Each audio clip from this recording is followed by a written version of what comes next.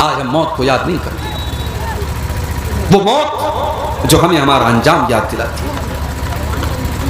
میرے پیارے ساتھیو، ذرا اپنے نبی کی موت کا ٹائم یاد کرو۔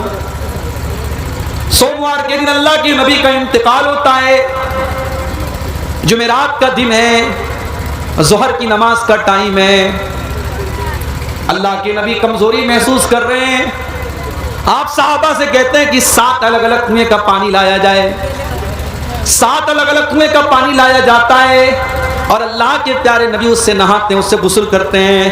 اس کے بعد آپ اپنے سر کے اوپر ایک سفید پٹی باندھتے ہیں، ایک وائٹ کلر کی پٹی آپ باندھتے ہیں اور آپ مسجد میں آتے ہیں، ظہر کی نماز پڑھاتے ہیں اور آپ منبر پر کھڑے ہوتے ہیں اور آپ اپنے صحابہ سے کہتے ہیں، او لوگو انا شہید علیکم، کل قیامت کے دن میں تمہارے بارے میں گواہی دوں گا، وَأَنَا فَرَةٌ لَكُمْ، اور میں قیامت کے دن تم سے آگے آگے رہوں گا، وَإِنَّ مَوْعِدَكُمُ الْحَوْضُ، اور اے میری امت کے لوگوں تم سے ملاقات حوض کوثر پر ہوگی، وَلَا أَخْشَىٰ عَلَيْكُمْ أَن تُشْرِكُوا، اے میرے صحابہ مجھے اس بات کا ڈر نہیں ہے کہ تم میرے بعد شرک کرنے لگو گے، وَلَكِنْ أَخَافُ عَلَيْكُمْ أَن تُبْسَطَ عَلَيْكُمُ الدُّنْيَا، مجھے ڈر ہے تو اس بات کا ڈر ہے کہیں تم دنیا کے فتنے میں نہ پڑ جاؤ، کہیں دنیا کی رنگینیوں میں نہ پڑ جاؤ، کہیں دنیا کی آزمائش میں نہ پڑ جاؤ۔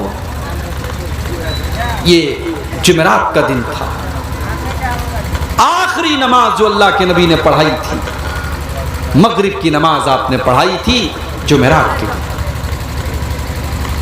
عشاء کی نماز کا ٹائم آیا، حضرت بلال آئے، اے اللہ کے نبی نماز کا ٹائم ہو چکا ہے، لوگ آپ کا انتظار کر رہے ہیں۔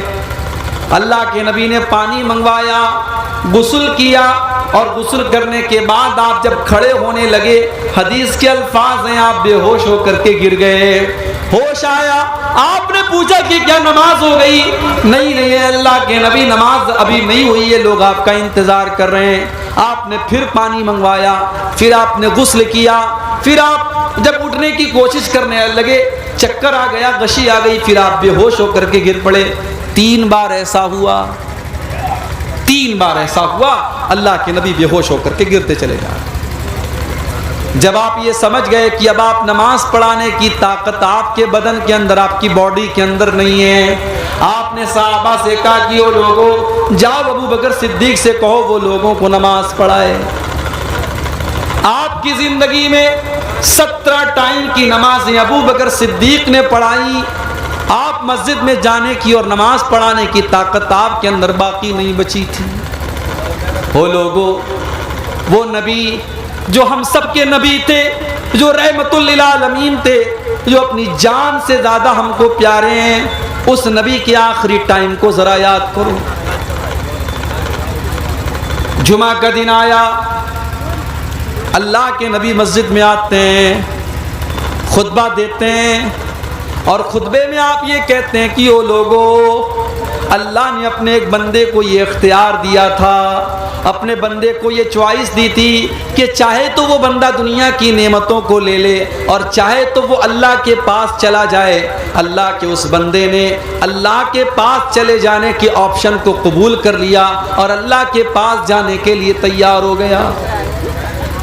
ابھی اللہ کے نبی نے اتنا ہی بیان کیا تھا، ابو بکر صدیق رضی اللہ تعالیٰ عنہ رونے لگے اور آنکھوں سے آنسو بہنے لگے اور کہنے لگے فدیناک بآبائنا وامہاتنا، اے اللہ کے نبی ہمارے ماں باپ آپ کے اوپر قربان ہو جائیں، اے اللہ کے نبی ہمارے ماں باپ آپ کے اوپر قربان ہو جائیں۔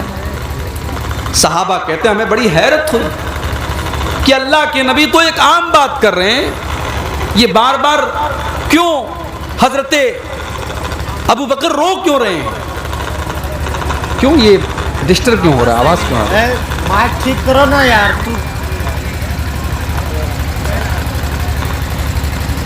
حضرت ابو بکر رو کیوں رہے ہیں؟ کیا بات ہے؟ صحابہ کہتے ہیں ہم کو بعد میں یہ احساس ہوا، ہم کو بعد میں یہ پتا چلا کہ اللہ کے پیارے نبی تو اپنے ہی بارے میں یہ بات کہہ رہے تھے کہ اللہ تعالیٰ نے مجھ کو یہ آپشن دیا ہے کہ چاہوں تو میں دنیا میں کچھ اور دن تک زندہ رہوں اور چاہوں تو میں اللہ کے پاس چلا جاؤں. اور اللہ کے نبی نے اللہ کے پاس جانے کو قبول کر لیا اور اللہ کے پاس جانے کو تیار ہو گئے.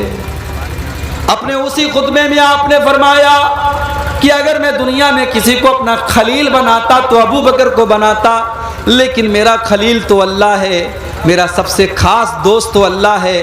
ہاں، اسلام نے جو دوستی ابو بکر کے ساتھ رکھی ہے وہ دوستی برقرار رہے گی، لیکن میرا خلیل تو اللہ ہے، میرا دوست تو اللہ ہے.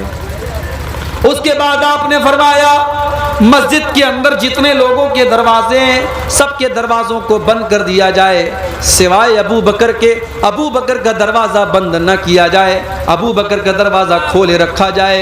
آپ نے فرمایا سب سے زیادہ میرے اوپر اگر کسی کا احسان ہے تو ابو بکر صدیق کا احسان ہے. اس نے اپنے مال سے میرا ساتھ دیا، اس نے اپنی جان سے میرا ساتھ دیا. یہ آخری خطبہ تھا اللہ کے پیارے نبی.